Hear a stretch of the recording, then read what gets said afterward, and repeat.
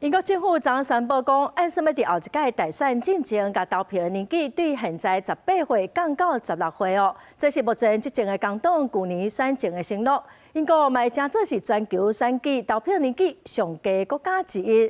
少年学生大部分是拢赞成，专家嘛认为，少年选民的选票甲一般选民应该是同款的分量。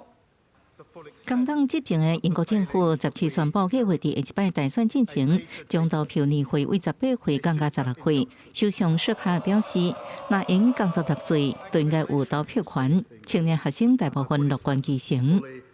I just think it will be really amazing because so many of these policies affect younger people and they have to just sit and watch and don't have much of a voice. But now they'll be able to do something about it.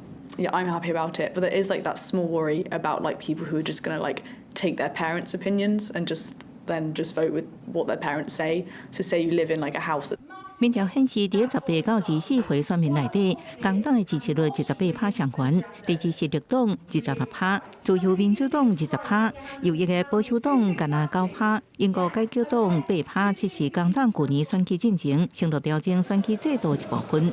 顶一届大选投票率只有59.7%，是自2001年以来上低。虽然16、17岁青少年干那占16岁以上人口2.8%左右，暗示专家认为，若互少年人 养成投票的习惯，对加做重新选民。